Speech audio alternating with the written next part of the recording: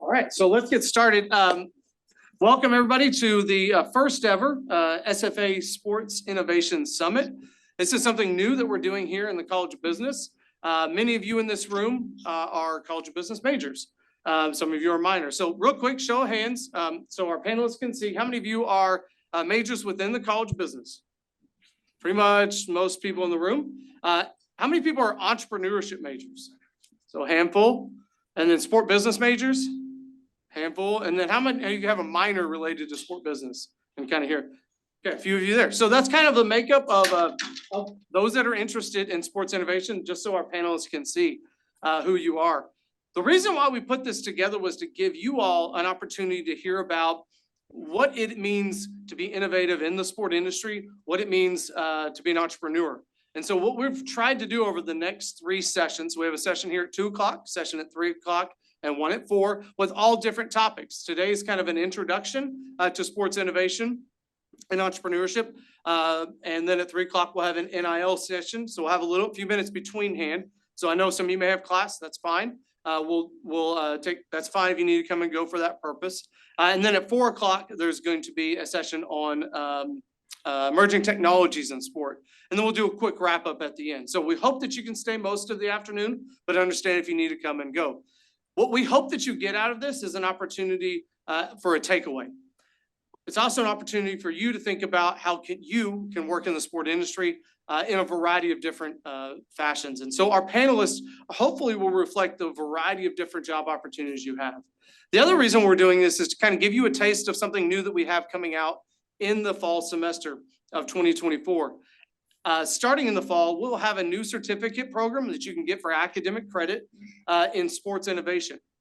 Included in that is sports entrepreneurship and innovation, NIL and personal branding in sport, which is one of 2 of our sessions today, and then 2 other courses in entrepreneurship to give you a better understanding of what it means to be an entrepreneur in the context of the sport industry. So I'm not going to talk anymore. I just wanted to say welcome and hope you all have a great opportunity. Each of our sessions is moderated by a panel.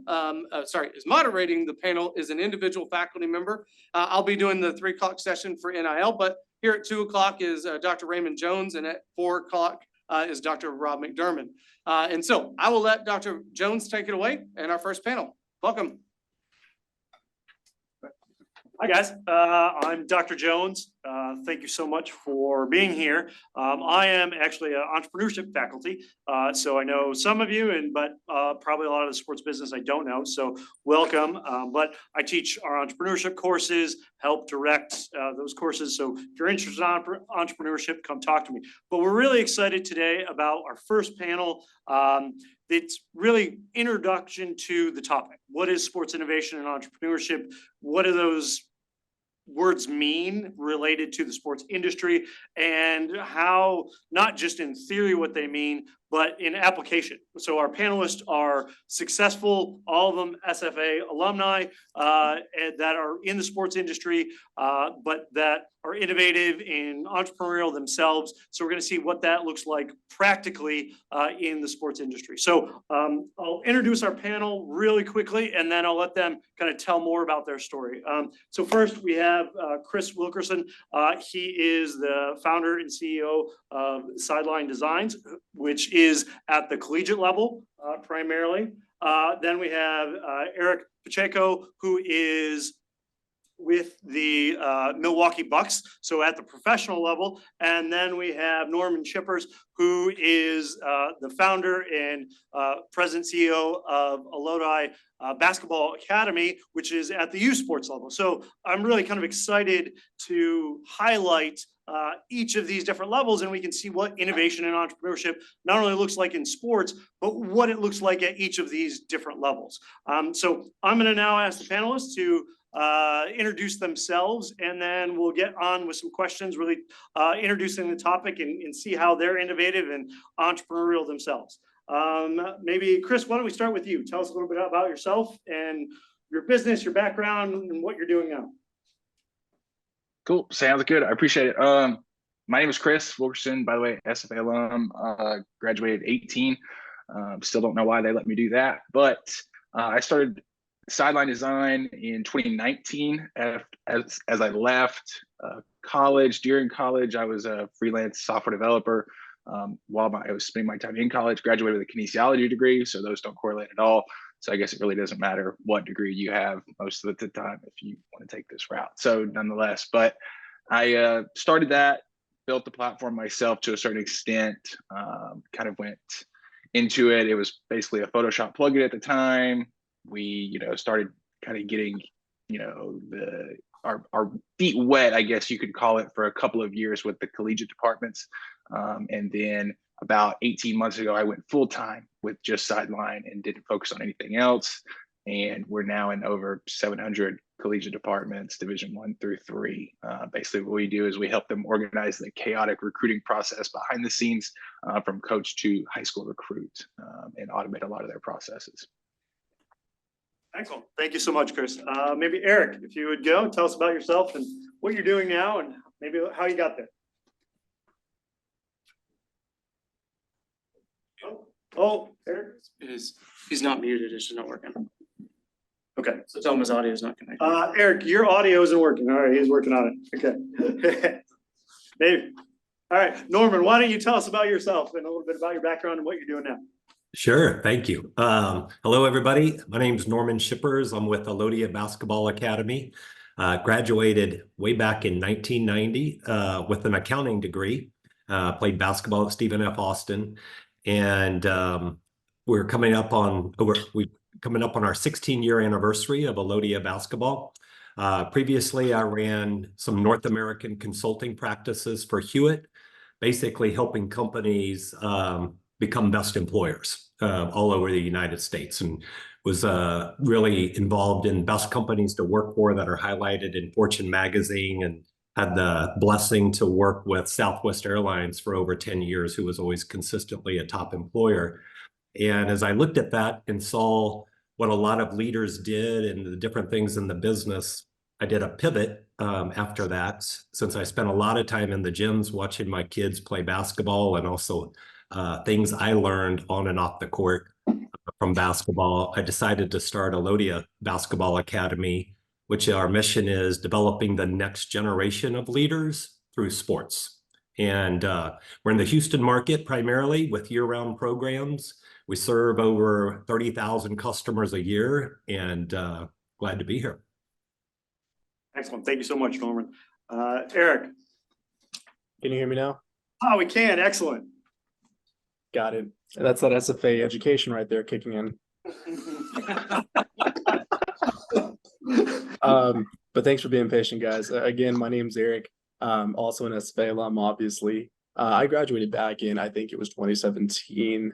The years kind of run together, but it was actually prior there being any kind of sports business program there. Much like Chris, like my degree's in health science, guys. That was kind of like the closest thing you could offer at the time, to like anything sports business related. So I've been in the industry going on 6 years now. I think this is upwards of like my 8th season in the NBA. Started off, as an intern for the Dallas Cowboys. I'm actually from Dallas, born and raised, but it was an internship and pretty much just that for college credit at the time. I was actually in physical therapy. I also did like an intern with SFA football department and the kines department, and that's kind of how I got my footing into all of it, really, and then kind of stumbled onto sales a little bit later.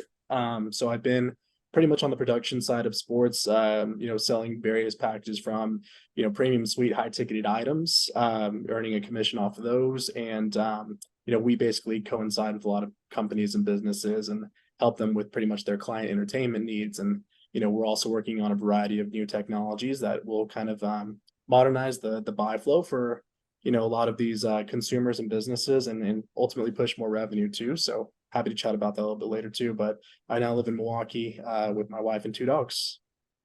Excellent. Thank you so much. So I'm going to just go through a series of questions, and feel free to jump in, any of you, as we go along.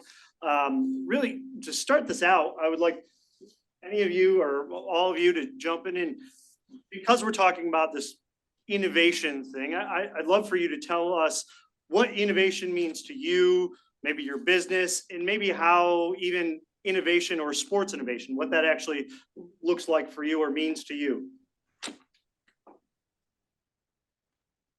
I'll kick it off. Good. Yeah, I'll kick it off. Innovation to me is, truthfully, it's finding a problem, and that could be for any space, but finding a problem and having a solution that is better than the current solution out there, right? Taking the thought process that's maybe been there or hasn't been there. Specifically to us, that's what we did. The solution was not there for this. It was all done by hand for as far as like recruiting graphics go, which is what we started as. Now we have about 10 different products across the platform itself, but at the original facet, it was just Photoshop downloads. And at the time, no one had that. It was just non-heard of. So innovation is, for me, taking something where there's an actual problem and how can I resolve it? And then obviously you have to morph over time, and that's what we've done. Yeah, I definitely agree with Chris, and kind of just a different or similar angle to that. So in business, I always try to look up what the word means, right? Because in business, people can say trust and it can mean 80 different things. Whereas in the medical profession, blood pressure means the same thing. So I think that's an important part of business. And so there's also a lot of definitions of innovation. And so the one I settled on was it said to renew or improve or replace something, basically something similar to what Chris said. And so as I thought about that for us, really what we try to do with that is listen externally to our audience and our customers and our market and connect the dots, maybe across areas that don't necessarily connect, to then take that information to improve things internally and come up with ideas that ultimately lead to innovation.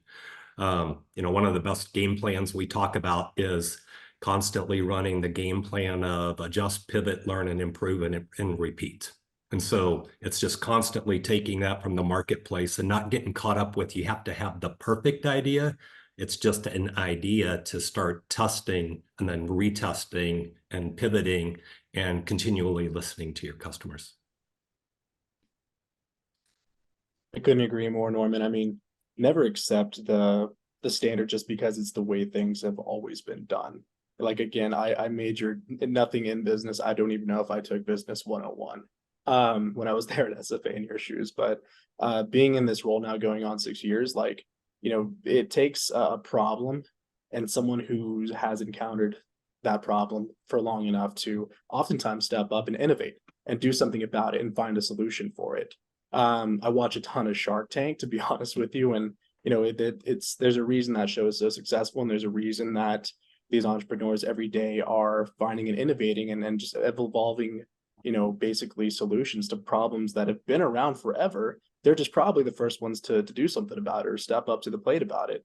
Something we're currently working on here that I've recently just brought, to our high level directors and a bunch of different departments we picked up as a project is pretty much trying to modernize the way people purchase and interact and engage with our webpage for season tickets. Like, we're creating a first of its kind NBA kind of 3D model map arena of real lives, like from every single seat in the stadium. Half of you are probably from Dallas, the other half probably from Houston, if I had to guess. So like, imagine basically picking up your phone, and if you wanted to, inquire as to what season tickets might look like and how expensive they might be, having everything at the simple touch of a link and a button sent directly to you, no guesswork in between. All the while it's a 3D model map of real time what the seat looks like during a live game. Like, that is something we're working on currently here, at the Milwaukee Bucks, and that's an idea that just came out of need. So again, it's just never kind of accepting the status quo for what it is. Excellent. Something Norman, I just definitely wanted to chime in on this. He mentioned like the customer base, like listening to the customers. That was one of the hardest things for me starting out, was hearing criticism from customers where it was like, well, we would need it to do this, or we want it to do this. What if it could do this? And I'd be like, shut up. This is the product, right? Like, this is the product, like you didn't want to hear it. For the first probably year and a half, I would say, of Sideline, that was where I was. And finally, I realized, I was like, maybe that's a good idea.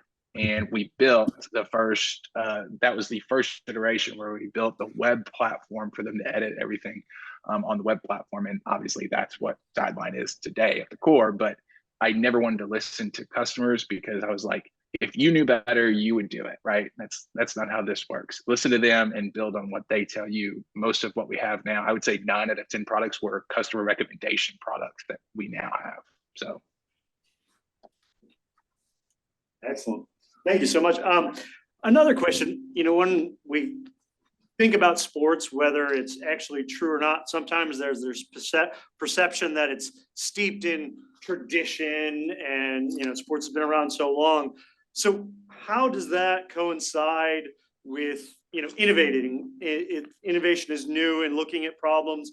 So what does innovation look like in the sports industry? And is that different than innovation in other places?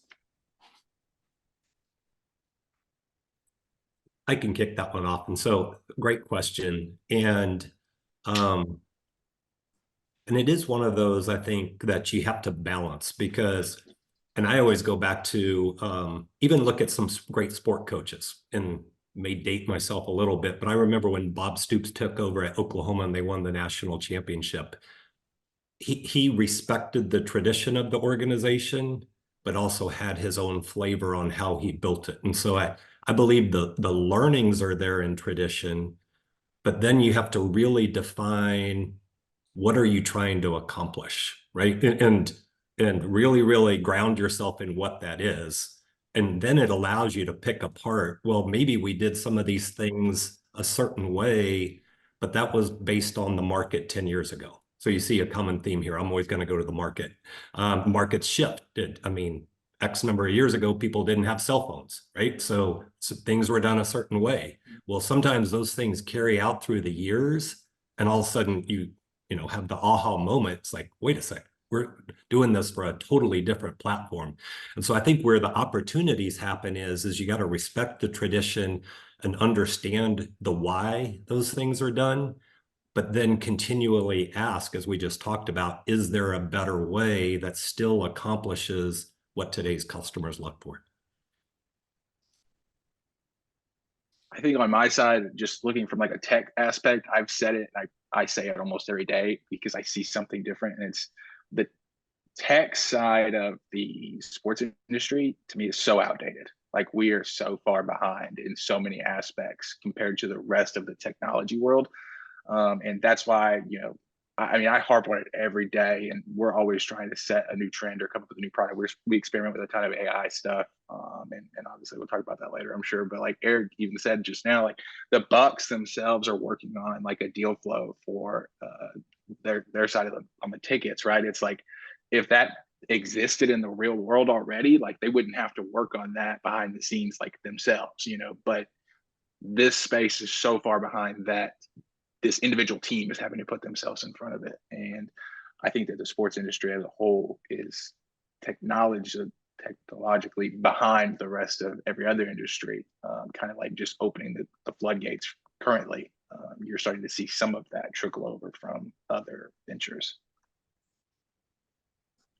Follow up. Go ahead, Eric, please go ahead. I was just gonna say, like, I couldn't have said it better myself, Chris. Like you just kind of figure that these companies, these big time teams, they're grossing, millions of dollars a year, in revenue here. These teams would kind of have like, hey, the most technologically advanced software in, X, Y, or Z category. But, to Chris's point, he's just so right. Like at the end of the day, like these businesses are ran by older generations. Maybe someone just didn't decide to challenge or bring up their own thoughts and ideas. And I think the Bucks do a fantastic job of like, it's basically an open door policy. Like if you have an idea, no idea is a dumb idea. It doesn't matter what level in the hierarchy of the food chain you are here on the corporate structure. It's like, hey, the door's wide open. Why not? That's the best question we throw around here is, why not be the innovative ones? Why not be the first ones to try out this, format or this structure? So, I mean, Chris, I couldn't agree more. Like I was shocked when I got into professional sports side of things, especially the sales side. I'm like, man, we're still running on a system that's running on Windows 94. That's crazy. Yep. We see it every every day when we go into onboard customers. It's like, y'all use, y'all use what? What CRM? Like, we're having to integrate their stuff. Like, doesn't make sense. Doesn't make sense. Well, and I would just, as everybody has said, and then wrapping it up, because at times the sports industry, for some reason, accepts mediocrity at best, right? And so we also try to just not compare ourselves to other sports providers, right? So, whether it's customer service at the Chick-fil-A level or Starbucks level or the local Java Jacks level. I mean, when I was up there the other weekend, some of the things that Java Jacks and how they interact with their customers, I was like, you know what, those are some good points. And so always be looking outside of your own slice of the world for insights, because there are some great people in small businesses doing those, or even big companies, and then taking those and putting them in place. Yep. All of you are operating at different levels, collegiate, professional, youth. What does innovation look like at those different levels and interacting with those different companies? Is it different? Is it our customers, more resistant to change or accepting new ideas, or what does that look like at each of your levels, maybe? I think I have a good perspective on this, mostly because we are really big in the college space. That's obviously our bread and butter, but we do have a lot of high school and some youth sports involved as well. So I see probably the biggest range here. Collegiately, I think everyone is always looking for the next big thing that can give them this edge, because like at the end of the day in our space, it's recruit or die. Like, these coaches have to recruit the correct kids, or their job's on the line, right, every day. So they're always looking for the next big thing. They always want to be in front of the 8 ball. I mean, I was on with literally Harvard yesterday, right? And we have Yale already. And Harvard wanted to know, does Yale use this product? If they do, we want it, because we can't let them get in front of us. Like, that's all that matters to them. It's like, if they're using it, it's good enough for us, and we better have it, And then at the high school level, I think that you see a little more resistance in my realm, where it's like, well, we could spend that money on XYZ, on apparel, or on maybe food or things like that. They look at it in a little bit different aspect. Like, it's not a necessity, it's a cool to have. And then at the youth level, also the same thing. It's just really cool, but everyone loves to, promote their kids. And I think even Rob McDermott likes making graphics of his kids. So, Excellent. Yeah, I would say it's really interesting because Chris, you hit on kind of the share of wallet book, right? At the high school level, they may be, do they spend on you or do they spend on food? And that was one of the insights we had to learn at the youth level. I mean, I'm a basketball purist. I could teach the details of shooting all day.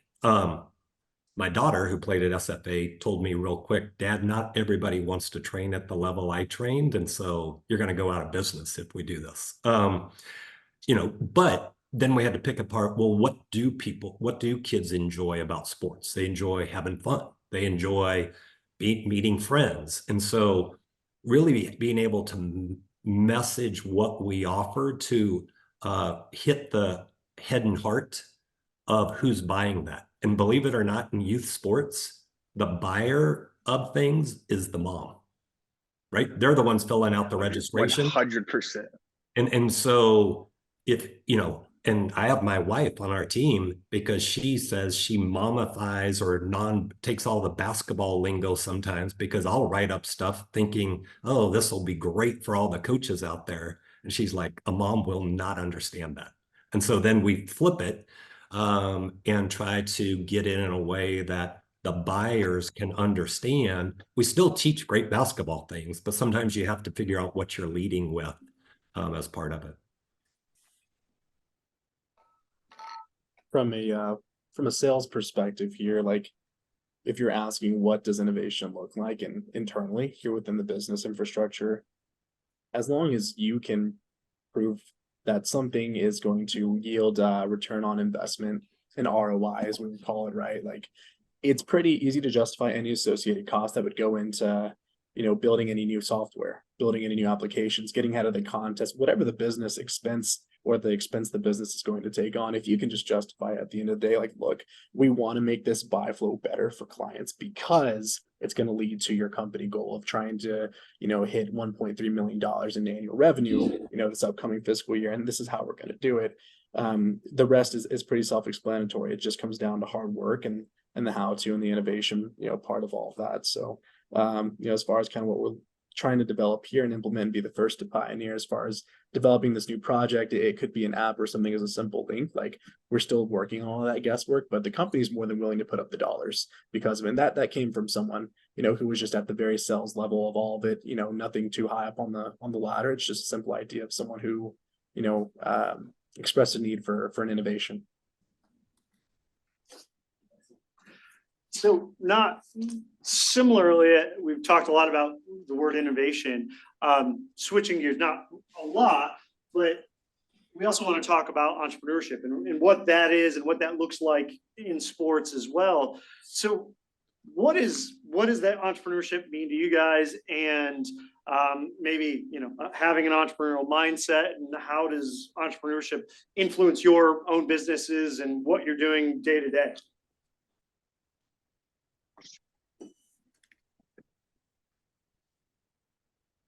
I'll start that one. That's fine. So it kind of goes hand in hand almost with the innovation topic for me. Trying to solve problems. I think I've always been that way.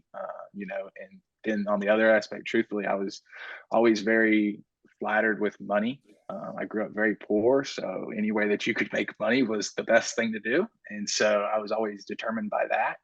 So when I was doing a lot of freelance work and things like that in college, that was my motivation, right? It was like, how can I, help pay bills, right? And so that's only the very small slither of the actual entrepreneurial life, though, honestly. That's not always the best way to look at it, because it goes like this. And that's not, really the end all be all, but it could definitely start as that. And then I think solving problems was the way I looked at it. It was like, if I can solve this problem, if I can solve this problem, if I can solve this problem. And that's the way I attack. And that's how we innovate internally, is if a coach brings up a problem, like within the platform, they're like, well, we really wanted to be able to, export these graphics that we were batching up. We do 20 or 30 each week, but then we have to send them to the other side of campus. This is at the University of Indiana. They have to send them to the other side of campus to get them printed by their in-house printers. And then they send them back to them, and then they go take them to the post office, drop them off, and then they mail them out to the kids. And so what we did was, internally, we were like, why? Because we could just hit one button instead. We'll set everything up on our side so that when you hit this one button, it'll automatically go to the same printer that will print them out and ship them for you. Like, there's these services out there that we partnered with. So like, we would just partner with them, and now they can just hit one button, batch all their graphics. They're done. They get the alert whenever those get sent out, instead of 4 days later getting the stuff back from across campus. And that's at a Big Ten university. There's problems everywhere. So that's just one example of a problem. Yeah, and I think for me in entrepreneurship, even when I worked in the big companies, I tried to carve up the big company to act small, whether it was on my teams, on my work teams, or whatever that is. And I think what drove it, as I thought more about it and why I got into Alodia, is I always admired some of those small businesses that had been around for many years, and just the fingerprints they had in the community, right? So whether it was, a great restaurant or a great barbershop or whatever, just that lasting effect. And beyond, revenue and profit's great, and I'm all for that. And one big thing with entrepreneurship, you have to learn real quick the difference between revenue and profit. A lot of people get focused on revenue and forget about profit. Profit is the lifeblood of the business. And so the accounting degree came in helpful. But just that fingerprints and influence in the community, and the ability to kind of be a speedboat versus some big ocean tanker. So I love the ability to pivot, move fast. I think in the marketplace, no matter where you are, speed and care wins. And so being able to have that kind of at your hands of a business really creates some neat opportunities for me personally, and then just designing the business to make that happen.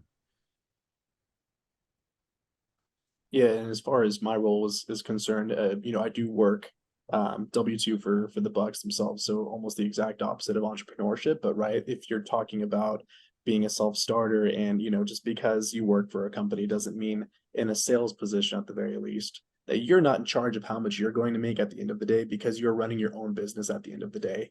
And that's kind of where my respect and love for entrepreneurship kind of, came into the window. I think over the past 2 years, my wife and I have started some small time ventures that are pretty profitable. So Norman, to your point, there's a difference between revenue and profit. Yep.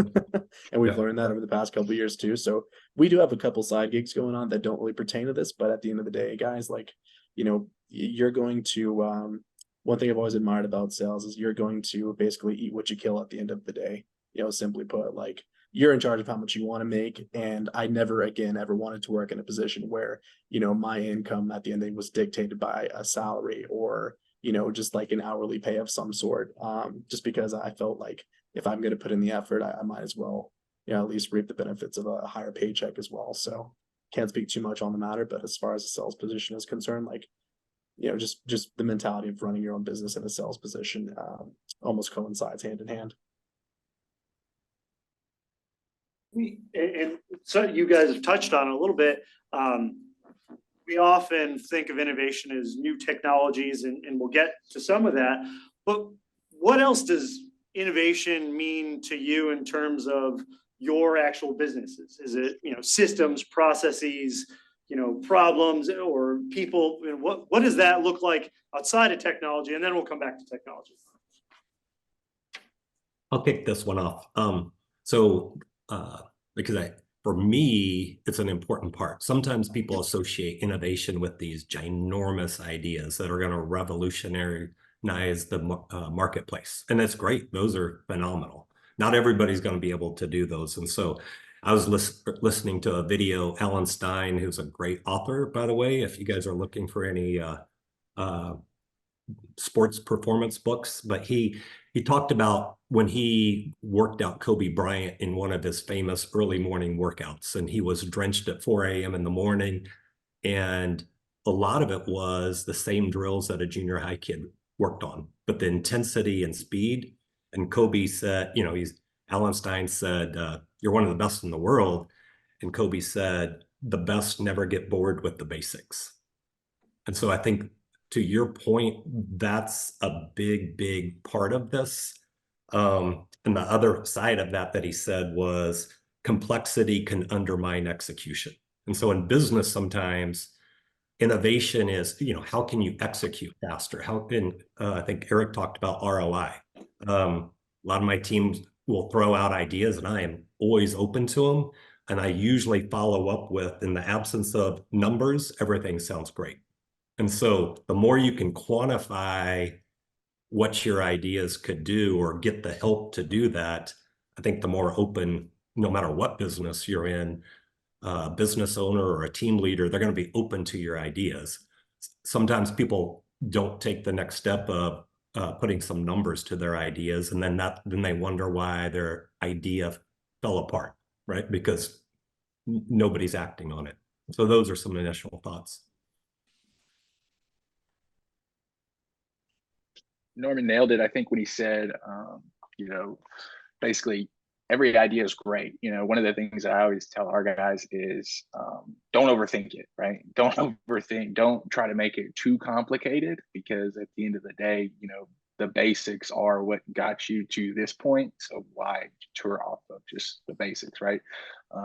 But at the end of the day, don't overthink what you're trying. Don't make it too complex. Innovation is, great, but at the end of the day, again, what Norman said, everything sounds great until you put numbers down on paper and you're like, wait a second, that doesn't check out. And I've been caught doing that 1,000 times, where shifted focus to one thing and you're like, oh, this is going to be the product, this is going to be the product. And what I was so caught up in, that product people didn't really care about, right? Like that was not what people were going for. And so sometimes you can try to innovate too much too.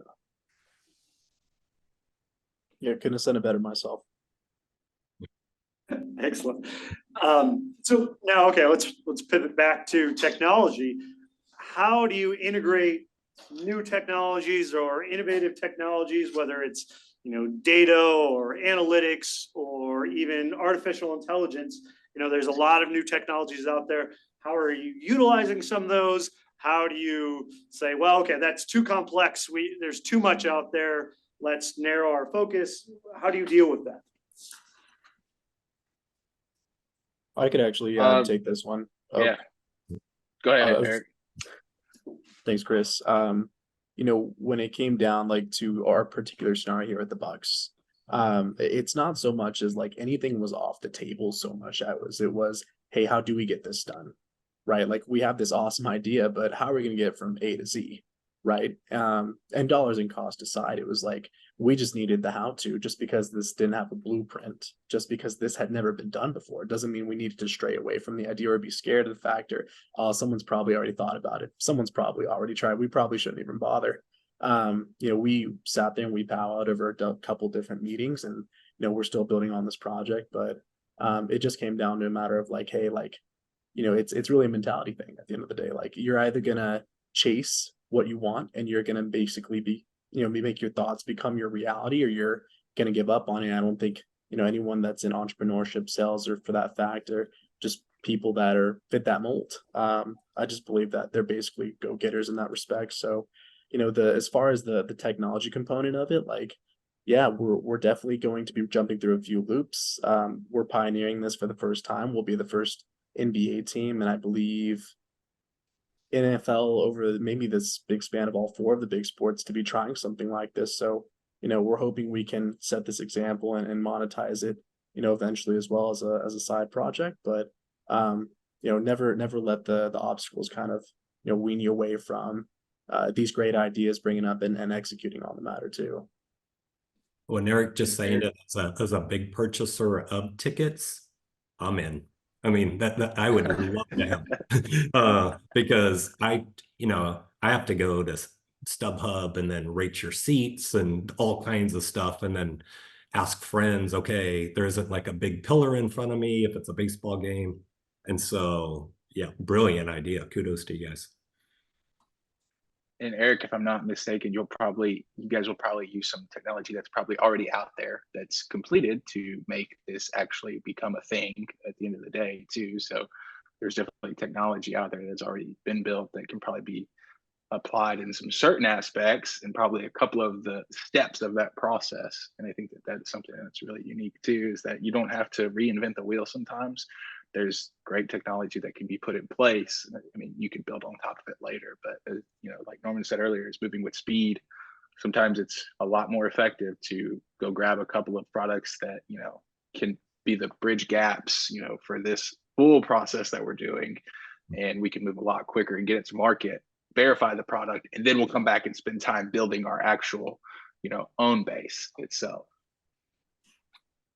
Yeah, and Yeah, I would definitely say on the technology side too, especially for all of you in the room, don't just assume the owners know some of the basic technologies. I mean, I will reluctantly admit, we were passing spreadsheets back and forth not that many years ago, and a couple of our younger team members were like, why aren't we using Google Sheets? And it was literally, great question and no good answer, and we're going to change to that immediately. And so, I mean, there's stuff like that all of you will take for granted, and if you see they're not using it, bring it up, because it just may be back to what we were talking earlier. Well, things were always done this way and nobody presented a different idea. And so, we've done that. I mean, for a long time, a lot of our customers like the printed out posters of our tournaments at the events, and then we went to the app and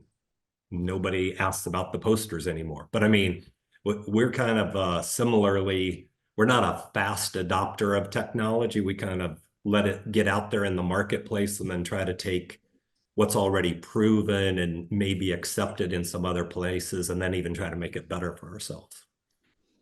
and honestly, Norman, Chris, like, correct me if I'm wrong, but you talk about innovation. A lot of the most successful products out there are just those that make things simpler. Yes. Simplicity is key in anything, any kind of new idea, product, software, so it doesn't matter. If you can, there's not an original thought. I think Mark Cuban once said, like, no one has an original thought or idea, right? Like, just because the market might be saturated with one thing doesn't mean there's not space or room for you and your product and your ideas. No one's going to do it the way you do it or have the life experience you have. We don't all walk the same path. So some people just might see it through a different lens. And the whole idea behind this 3D mapping and modeling for, arenas and basically to sell tickets for us came from just a need of like, hey, no one's done this before. And like Norman said, like it can be pretty complicated going to Ticketmaster and having to zoom in, calculate the fees. That's not what you said the price was at first. This is a 2D model map that looks like it comes from NBA 2K17. What is this? And just basically making it easier for the buyer. You don't overcomplicate anything. The buy flow should be very simple for any client when considering anything from a new car to a new home. You just want all the information today's modern day and age. You want it at your fingertips and you want it quickly. So again, it's I think simplicity is just key with anything like that.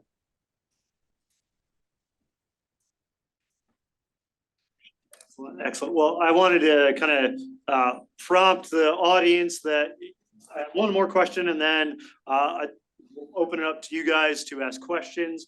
So questions from our students. So I'll ask one more, and I think we've touched on it a little bit. How does collaboration and relationships, how does that help you succeed and grow your business and innovate and change? And what relationships specifically have helped you do that? What does that look like to you? I'll start on, and I'm going to give full credit to one of our team members because this is his line. His line, and I'm a big believer of it, is relationships are the currency of life. And so, for us, our business model, we don't have our own facility, right? And so a lot of people are like, why wouldn't you do that? And my question is, why would we? Because if you think about it, Airbnb and Uber built huge industries without a single asset.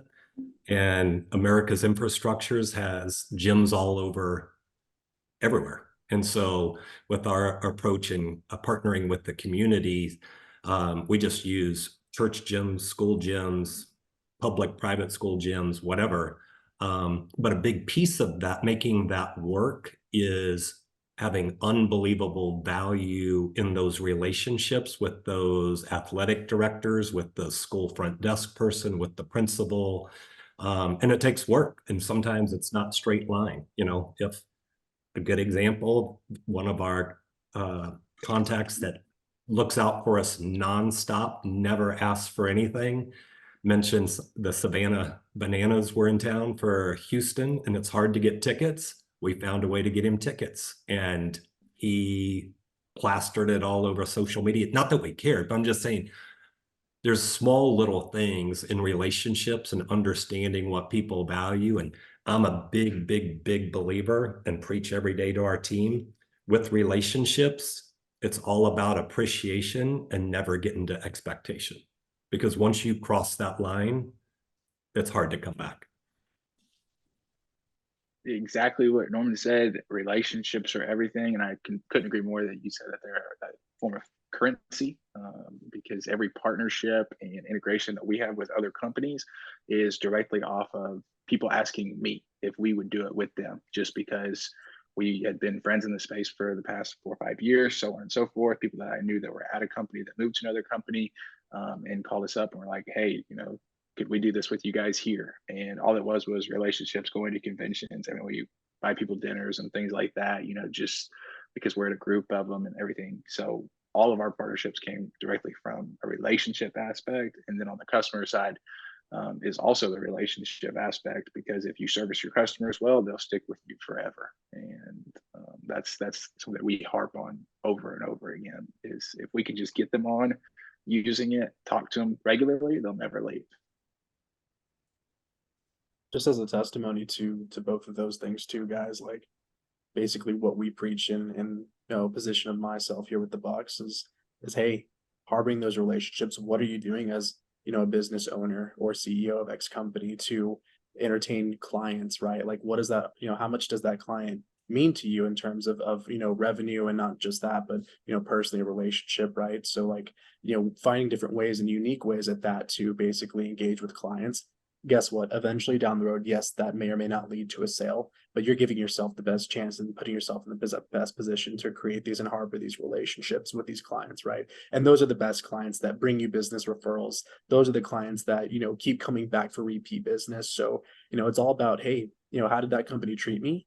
I think there's B2C, in the business world, used a lot as an acronym. That's business to consumer. Then there's B2B, which is business to business. We like to talk a lot about P2P, which is people to people, because at the end of the day, it doesn't matter if you're a business owner of a multi-million-dollar Fortune 500 company, or if you're a self-starter entrepreneur just in your second year here of existence. Like, people always remember the way you made them feel at the end of the day, and that goes a very long way in business. So I'd like to open it up. We have a few minutes left to questions from the audience. I kick some things off. So you talked about problem solving, right? And solving problems is, was in many of your definition of innovation. Where do you guys look for outside inspiration to kind of maybe find a problem or a need, and then figure out a way to solve that?